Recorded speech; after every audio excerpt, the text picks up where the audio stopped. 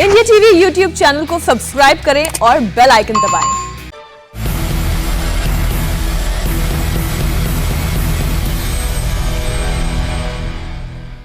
बंगाल में 5वें राउंड का प्रचार आखिरी दौर में है। बीजेपी के दिग्गज बंगाल में हैं। प्रधानमंत्री ने 200 प्लस सीटों का दावा किया है। बंगाल में बीजेपी का ये टारगेट कितना सेट है? रक्षा मंत्री राजनाथ सिंह से इंडिया टीवी के सीनियर एडिटर देवेंद्र पराशर ने बात की है। देखिए रक्षा मंत्री का ये सुपर एक्सक्लूसिव इंटरव्यू। बंगाल में चुनावी घमासान जारी है। भारत सरकार के रक्षा मंत्री और बीजेपी के पूर्व राष्ट्रीय अध्यक्ष राजनाथ सिंह जी चुनावी दौरे पे हैं। इस वक्त हम उनके साथ हैं बातचीत करने के लिए। सर, इंडिया टीवी आपका बहुत बहुत स्वागत है। सर, आप क्योंकि देश के गृह मंत्री भी रहे हैं, अभी देश के रक्षा मंत्री हैं, सेंट्रल फोर्सेस की बात कर लें तो चुनाव में उसको लेकर टीएमसी जितने आरोप लगा रही है, ममता बनर्जी जितने आरोप लगा रही है, उन फोर्सेस की घेराबंदी की बात कर रही है, कहा जा रहा है कि केंद्र सरकार दुरुपयोग कर रही है, इन सारे आलोचनाओं को कैसे देखते हैं? नहीं, सेंट्रल फोर्सेस तो पहले भी बराबर चुनावों के दौरान काम करती रही है। उनका जो रोल होता है वो अपने उस रोल को वह निभाती है और इस चुनाव में भी वही जो है सेंट्रल फोर्सेस है जो कि सुरक्षा की दृष्टि से स्थान स्थान पर लगाई गई हैं और अपनी वो भूमिका का निर्वाह कर रही है। अन्य किसी राज्य में इस प्रकार का आरोप नहीं लगा। मैं टीएमसी के लोगों से पूछना चाहता हूं कि बंगाल में ही हमारी सेंट्रल पुलिस फोर्स के ऊपर क्यों इस प्रकार के आरोप लगाए जा रहे हैं? कारण यह है कि सचमुच इस समय टीएमसी के लोगों में और साथ ही ममता दीदी में एक हताशा और निराशा की स्थिति पैदा हो गई है। अब उन्हें भी ये लगने लगा है कि हमारी हार अब सुनिश्चित है, इसलिए जो मन में आता है वह आरोप बराबर कभी इलेक्शन कमीशन के ऊपर, कभी भारतीय जनता पार्टी के नेताओं के ऊपर वह लगाती रहती है।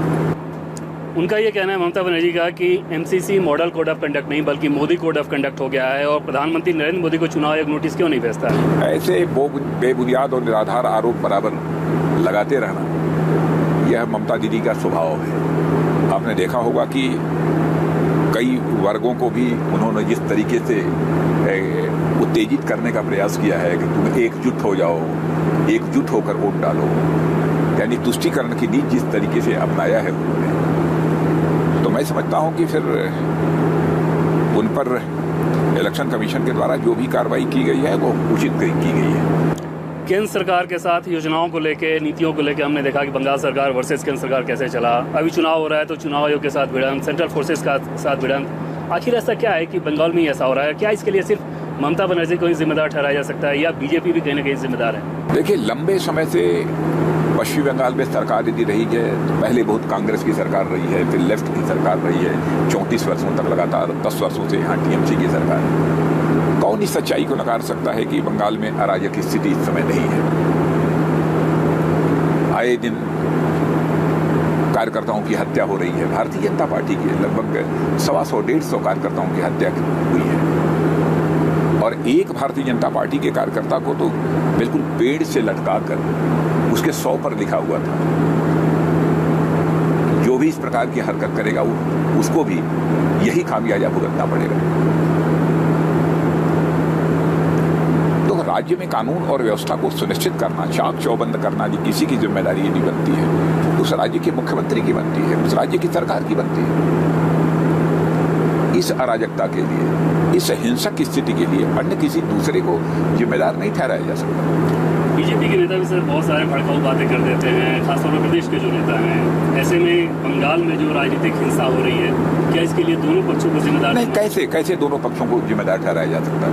हिंसा का सिलसिला तो बहुत जब से यहाँ पर लेफ्ट की सरकार थी, वामपंथियों की सरकार थी, तब से हिंसा का दौर प्रारंभ हुआ है पश्चिम बंगाल में और वही हिंसा का दौर टीएमसी के शासनकाल में भी लगातार चल रहा है। तो भारतीय जनता पार्टी के लोगों को कैसे जिम्मेदार ठहराया जा सकता है? और भारतीय जनता पार्टी केवल बंगाल राज्य में ही चुनाव नहीं लड़ रही है, सारे देश में भी लोकसभा का चुनाव हुआ है, भारतीय जनता पार्टी लड़ी है, शानदार कामयाबी हासिल हुई है। देश के सभी राज्यों में भारतीय जनता पार्टी चुनाव लड़ती है। क्यों नहीं हिंसा की घटनाएं होती हैं? बंगाल में ही क्यों इस प्रकार की हिंसा की घटनाएं हो रही हैं? कौन रिस्पॉन्सिबल है?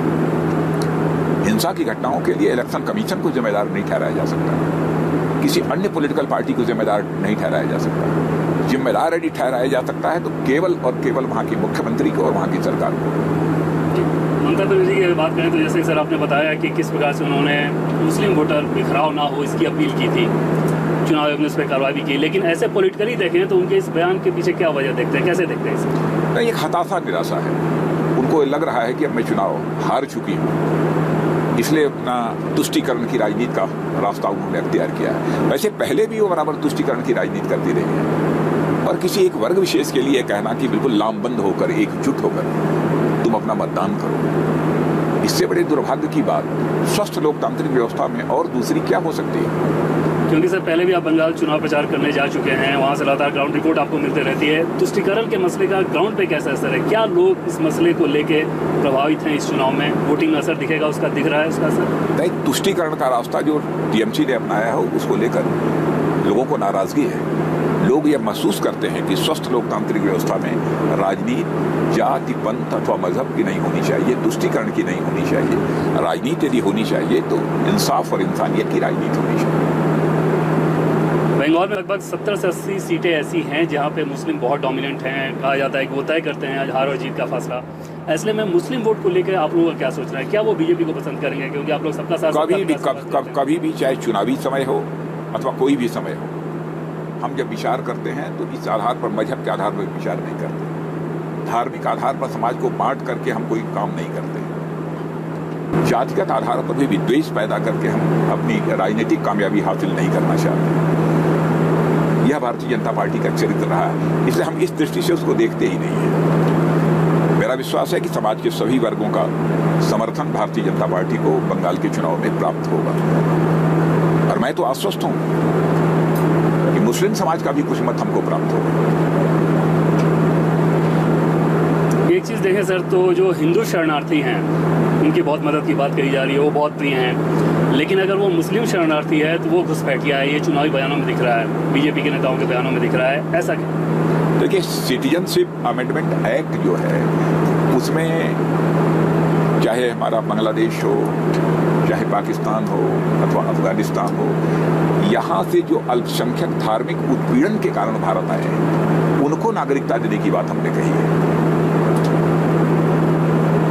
जो धार्मिक उत्पीड़न के कारण नहीं आए हैं उनको नागरिकता की बात हमने नहीं कही है। वैसे भी मुस्लिम समाज के लोग भी पाकिस्तान से बहुत सारे ऐसे आए हैं जो वर्षों से यहाँ पर रह रहे हैं और जिनका पासपोर्ट वीजा रहा है, माने वैध तरीके से भारत में आए हैं, उनको हम लोगों ने नागरिकता दी है। हिंदू और मुस्लिम के आधार पर हम लोगों ने भेदभाव नहीं किया है। पाकिस्तान से आए लगभग हजारों ऐसे मुस्लिम समाज के लोगों को भी नागरिकता हम लोगों ने दी है, लेकिन उनके पास वैलिड डॉक्यूमेंट्स तो होने चाहिए। और यदि कोई धार्मिक उत्पीड़न के कारण नहीं आया है तो ये नई व्यवस्था जो हम लोगों ने की है उसको हम नागरिकता कैसे देंगे? देनी भी नहीं चाहिए। शुभेंदु अधिकारी जैसे नेता बार बार ये बोलते रहे कि पाकिस्तान बन जाएगा, पाकिस्तान बन जाएगा। नंदीग्राम में कई बार उनके बयानों का हमने सुना, चुनाव आयोग ने कार्रवाई भी की। क्या ये पोलराइज करने की कोशिश नहीं थी? बीजेपी पोलराइज करने की कोशिश नहीं कर रही थी बंगाल चुनाव को? नहीं, मैं बराबर इस मत कर रहा हूँ कि कभी भी जाति, पंथ अथवा मजहब की राजनीति नहीं करनी चाहिए। प्रारंभ से इस मत कर रहा हूँ, इंसाफ और इंसानियत की राजनीति होनी चाहिए। यह भारतीय जनता पार्टी का दृष्टिकोण है और सभी को इसी दृष्टिकोण के आधार पर ही अपनी राजनीतिक भूमिका का निर्वाह करना चाहिए। बंगाल के जितने चुनावी कार्यक्रम बीजेपी के सर देख लिया जाए, सबसे ज्यादा नारा दिखता है जय श्री राम का। जय श्री राम चुनावी नारा क्यों बन गया? नहीं, जय श्री राम तो आम बोलचाल की भाषा में लोग बोलते हैं, इसे चुनावी नारे के रूप में नहीं देखा जाना चाहिए। अभिवादन भी हम एक दूसरे का करते हैं भारत के अंदर, तो जय श्री राम बोलकर अभिवादन करते हैं, इसे चुनावी नारे के रूप में नहीं देखा जाना चाहिए।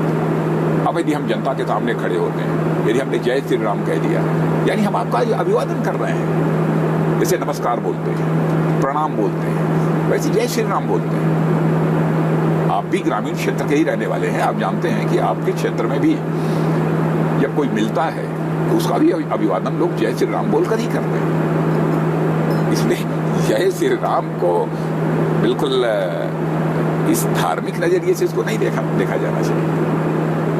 मुख्यमंत्री ममता बनर्जी तो इससे बहुत नाराज होते हैं। परंपरा है। ममता बनर्जी बहुत नाराज होती हैं इस बात पे, चिढ़ती भी हैं एकदम। उनको जय श्री राम के नारा से एकदम चिढ़ है। उनको लगता है कि उनको चिढ़ाने के लिए बीजेपी नेता ये बात कहते हैं। पता नहीं क्यों ऐसा सोचती है, मैं नहीं कह सकता हूँ, लेकिन नहीं, जय श्री राम का जवाब जय श्री राम बोलकर ही देना चाहिए। एक मसला सर है कि बाहरी का मुद्दा टीएमसी की तरफ से बहुत उछाला जाता है और बीजेपी के बहुत सारे नेता अलग अलग राज्यों से बंगाल में कैंप कर रहे हैं पिछले कुछ महीनों में।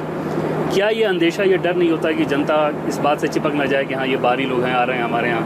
ये बताइए, भारतीय जनता पार्टी बाहरी कैसे हो सकती है? भारतीय जनता पार्टी भारतीय जनसंघ से ही बनी है ना, और भारतीय जनसंघ की स्थापना यदि किसी ने की है, बंगाल की माँ की कोख से पैदा हुए डॉक्टर श्यामा प्रसाद मुखर्जी ने भारतीय जनसंघ की स्थापना की है।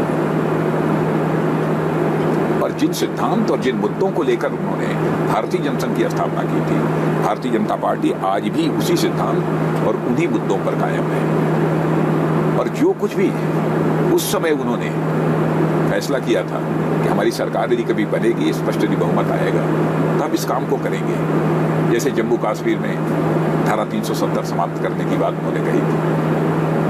उस बंगाल की माँ की कोख से पैदा हुए डॉक्टर श्यामा प्रसाद मुखर्जी की उस मुराद को, उस इच्छा को यदि किसी ने पूरा किया है तो भारतीय जनता पार्टी ने पूरा किया है।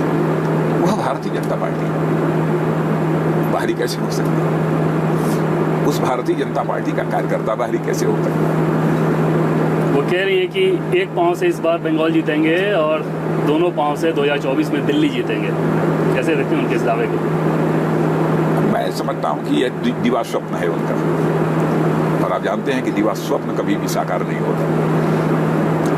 केंद्र सरकार की वो योजनाएं जैसे आयुष्मान भारत हो या कृषि सम्मान निधि हो, इन योजनाओं का फायदा बंगाल के लोगों को नहीं मिला। क्या आपको लगता है कि चुनाव में उसका असर होगा? बहुत ही दुर्भाग्यपूर्ण है, और किसी भी राज्य सरकार को इस हकीकत को नहीं भेजना चाहिए, भूलना चाहिए कि भारत में फेडरल स्ट्रक्चर है, संघीय ढांचा है, और संघीय ढांचे के तहत यदि केंद्र सरकार की कोई योजना होती है तो उसे राज्य सरकारों को भी लागू करना चाहिए। लागू करती हैं, करती नहीं है। अपवाद की स्थिति यदि पैदा हुई है तो केवल बंगाल में पैदा हुई है, और टीएमसी की सरकार रहते हुए पैदा हुई है। क्योंकि बंगाल में बीजेपी ने कोई सीएम कैंडिडेट नहीं दिया, आपको लगता है कहीं इसका नुकसान भी हो सकता है कि जनता में एक फेस ना होना? देखिए, इसके पहले भी कई राज्यों में हम लोगों ने चुनाव लड़ा है तो चीफ मिनिस्ट्रियल कैंडिडेट हम लोगों ने प्रोजेक्ट नहीं किया है, फिर भी हमको कामयाबी हासिल हुई। विधायक चुनकर आएंगे, फैसला करेंगे कि हमारा मुख्यमंत्री कौन होगा।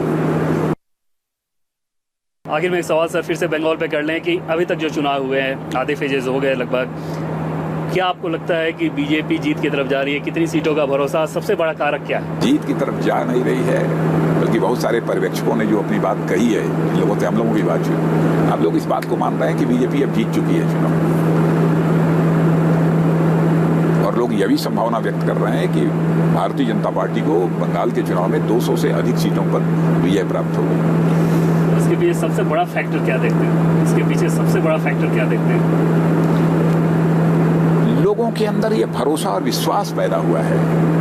गुड गवर्नेंस और डेवलपमेंट देने वाली यदि कोई राजनीतिक पार्टी है तो भारतीय जनता पार्टी है, यानी सुशासन और विकास देने वाली पार्टी का ही नाम है भारतीय जनता पार्टी। यह भरोसा और विश्वास लोगों के अंदर पैदा हुआ है। सर, इंडिया टीवी से बातचीत करने के लिए आपका बहुत बहुत धन्यवाद।